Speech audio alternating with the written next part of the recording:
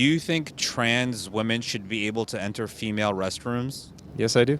Yes. Yes. No, because they're not truly women. Their gender identity is determined by them, and they should be able to make that decision. Just because you say you are a woman doesn't mean that I feel comfortable having you in my facilities. I just don't really care. I don't really think the gender really matters. Say you're at the gym and you're like changing, and then this trans woman comes in and you just see like his genitalia. How would you feel about that? Just a body part. It's not anything that serious. What if he was doing the helicopter in the middle of the locker room? Would that bother you at all? I don't think so. It might catch me off guard, but I don't think it would bother me. I don't want to see male genitalia. A woman's locker room is for women, not for penises. The basis of the entry to these facilities is gender, not biological sex. Right? Their gender is women. Their biological sex may technically be male, but that's irrelevant because the entrance to these facilities is based on gender, not sex.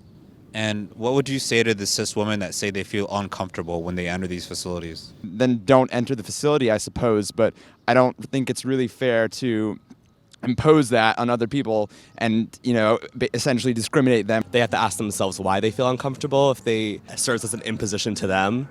I think they have to think about the social repercussions of that for themselves. Big problem with our society is that people don't know how to get told no anymore. Yeah, I would say there should be a different solution other than just combining them with males. I've experienced a lot of gender-neutral bathrooms, which I think is a great solution. I don't understand why bathrooms, especially stalls here, have to be gendered. What would you say to the people that say you need to accept them for who they are? I say that it's really important to accept others for who they are, but I also worry about my own safety.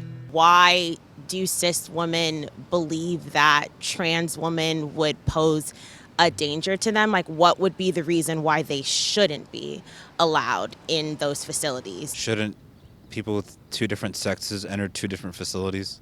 But again, it's not sex here that's important, it's gender.